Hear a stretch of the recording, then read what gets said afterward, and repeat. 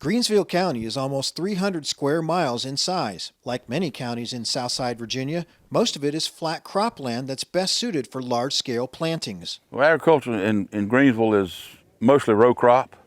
We were dominant in peanuts, but now it's moved more toward cotton, soybeans, a little bit of corn. Greensville County Farm Bureau President Joey Doyle says changes in government programs help bring about the peanut industry's departure. Cotton has taken over as the top crop, and traveling in and around Greensville County, it's common to see large modules of raw cotton waiting for processing at the Mid-Atlantic Cotton Gin in Emporia. While they are quick to adapt to market conditions, farmers here are also environmentally aware, making sure that the land they harvest will be around for generations to come. In our operation, we are very conservation oriented, and we plant cover crop on all the cotton land and all the peanut land, and we plant the cover crop, we strip into it, and then we no-till in that strip. And so we're very conservation minded, as a lot of growers are these days, and we're proud of the accomplishments we've made, and we feel like we're saving soil and by farming the way we do. Greensville County has a total of 150 farms encompassing 54,544 acres. The average farm size is 364 acres. The market value of all agricultural products is $19,448,000. Crops are the dominant commodity, generating almost all farm income each year. Cotton accounts for half of the total cash receipts at $7,633,000. Grains, oilseeds, dry beans, and dry peas come in at $4,476,000. While once a much stronger player in the farm economy, tobacco still brings in $3,754,000. Almost all the rest of the county's farm income is from the sale of cattle and calves at $324,000.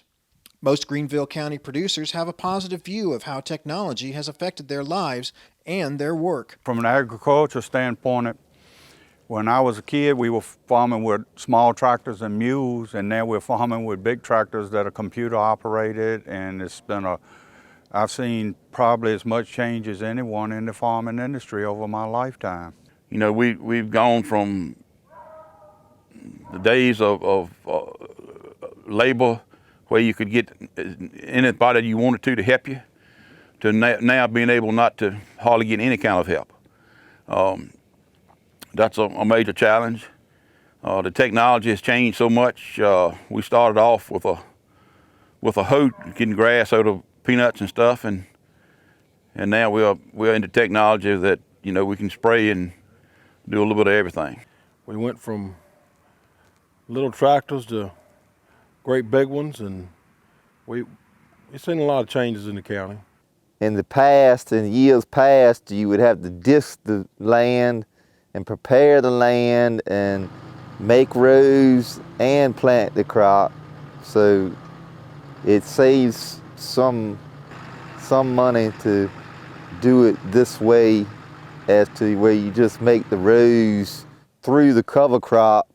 The last 10 years it's changed tremendously, because a lot of growers have gone to bigger equipment, to, let's say, going from 8 row to 12 row. They've gone to using GPS on the tractors and planting and this type thing, and I don't know where we can go from here, because it's been so many changes in the last 10 years.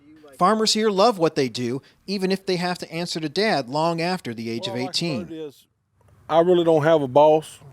Well, I got one, but he's all right. He's easy to work with. I like having some free time when I need to. I can kind of do like I want to, but I like being outside every day.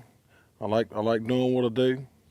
I don't never go to work. It's something I enjoy doing, and it's not work to me. It's fun. The people of Greensville County are prepared to handle whatever comes their way in the world of agriculture, and they're ready to make sure the next generation has the opportunity to prosper. In Greensville County, I'm Burke Moeller reporting.